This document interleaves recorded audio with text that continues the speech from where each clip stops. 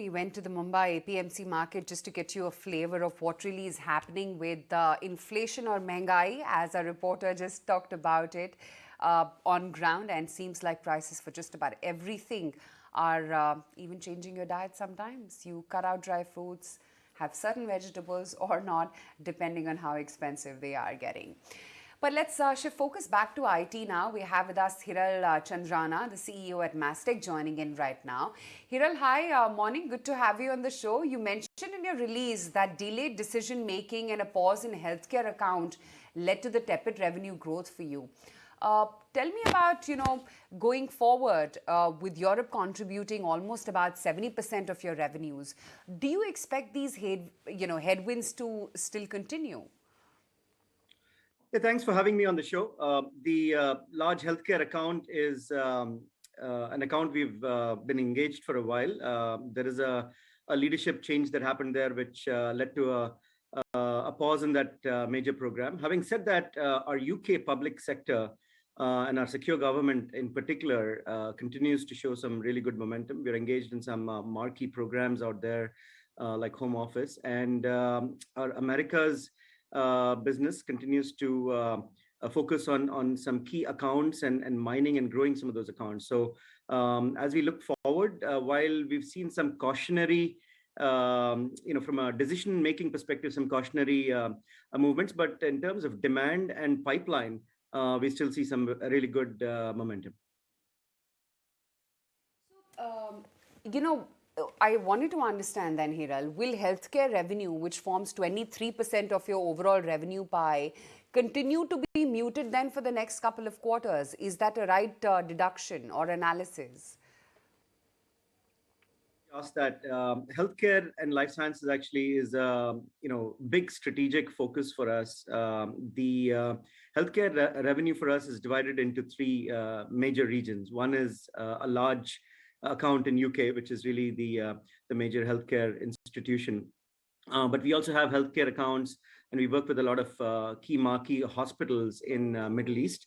So an example is we actually won a Cleveland Clinic Abu Dhabi deal, which could change the game in terms of how hospitals and patients are engaged in the Middle East. And then North America, we've seen some really good movement in the healthcare and life sciences space that continues to grow. However, when you look at it at an aggregate level, the numbers are offset because of the program that I was mentioning earlier.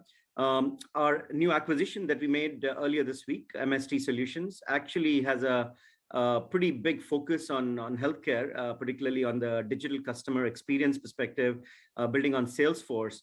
And we do see a lot of synergies between our mutual accounts and grow the healthcare business in North America. So it's a little bit of a blip in terms of that large account, but from an industry perspective, it's actually our top focus industry going forward. Hiral, since you get a large part of business from Europe, we know the geography is in a bit of a mess, and things could really get bad to worse before they get better. So my question to you is that, are you feeling the heat there? Do you think that because of macro headwinds, the European business will start getting impacted? So, Nikunj, as you know, our Europe business is primarily in UK right now, although we've seen some really good uptick in the last year or so in Nordics and a couple of other countries outside of UK and Europe.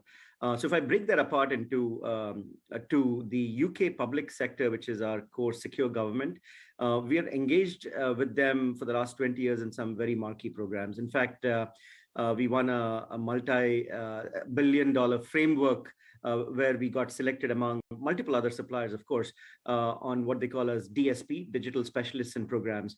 That just happened, a few weeks back. And so that momentum continues. We don't see any major slowdown, even with the government instability, because these are longer term programs. Retail and financial services are the other two sectors we focus on in UK. And there we have some very specific micro verticals that we are doing well. If you go to Europe, our big focus is in manufacturing. And there we're working with accounts like Exide, Arcadis, Huhtamaki. And the strategy, at least for now, is Oracle-led out there. So Oracle Cloud is really picking up in certain countries. So we're betting on those countries. And that's really what we're qualifying the accounts well. So that we don't get into delayed decision making that we experienced earlier in the quarter.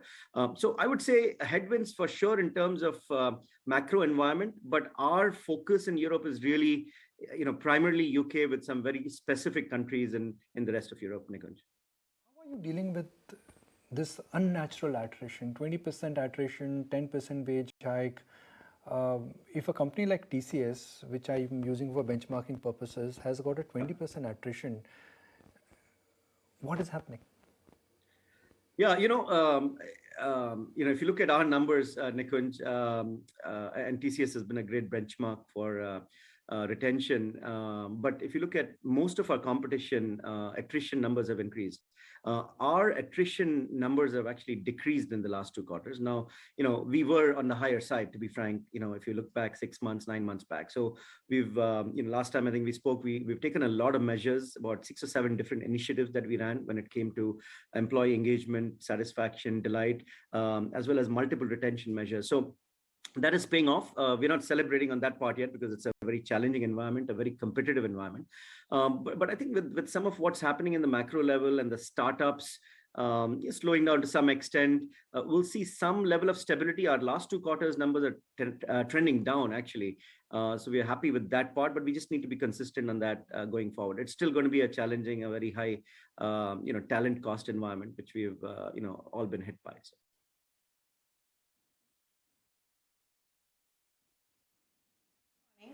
So you've come out with these measures to fight attrition, and you're saying it's working, but too early to pop the bubbly. Having said that, we've seen the margin still trend lower for Mastek in the quarter gone by, and the earnings declaration coming in below 20%. What should the markets, analysts, shareholders expect? When do you think we'll be back at that 20%, 21% like range?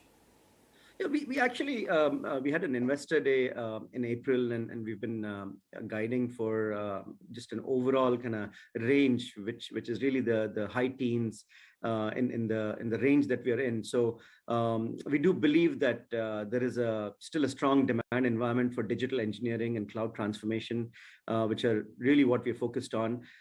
We hardly have any legacy business, so for us it's really about leveraging the growth momentum. And in order to do that, as we get into larger accounts, as we get into larger deals, there will be investments. There are talent costs going up, but there are also investments that we want to make in markets like America. So to some extent, that's what's going on.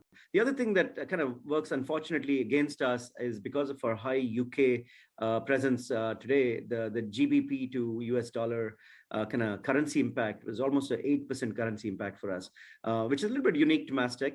Having said that, that does impact both revenue and margins. But we kind of are at a very healthy level, if you ask me, compared to particularly the mid-cap range of competitors. We're on the higher sort of side, and we believe that if we continuously make improvements in efficiency and effectiveness and how we deliver our engagements, we do a lot of business outcome based engagements. We you've seen the fixed price engagements for us went up, the annuity business for us went up. So we do believe that will create more efficiencies which we can refund or fund back to our growth strategy.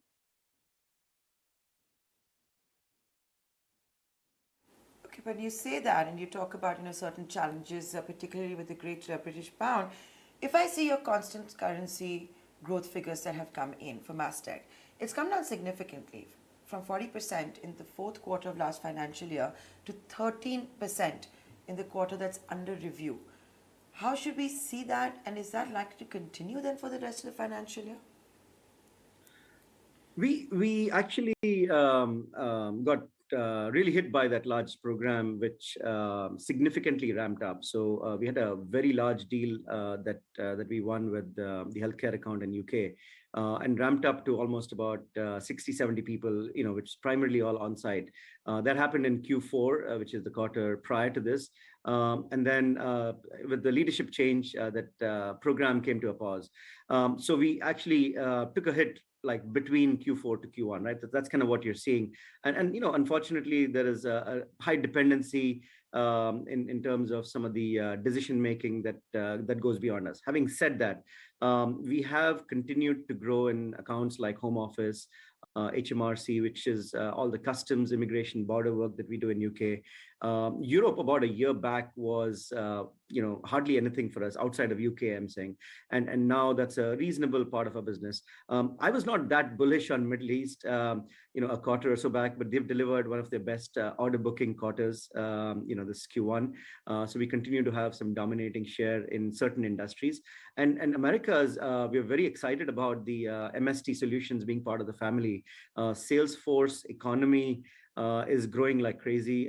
They expect about 500,000 consultants that they would need, in the next few years. And even if we address a part of that share, at sales, marketing, and customer service levels, and then they have integration as well as some of the analytics that goes behind it. It's a massive opportunity for us to grow in the Americas. So if you kind of put all those things in perspective, we're trying to diversify our business mix, which was highly dependent on UK, and it is still dependent on UK. However, we're branching out and making sure that we have enough different pillars and strategic priorities that can fire to make sure that it offsets any one-time blips like this that we had in Q1.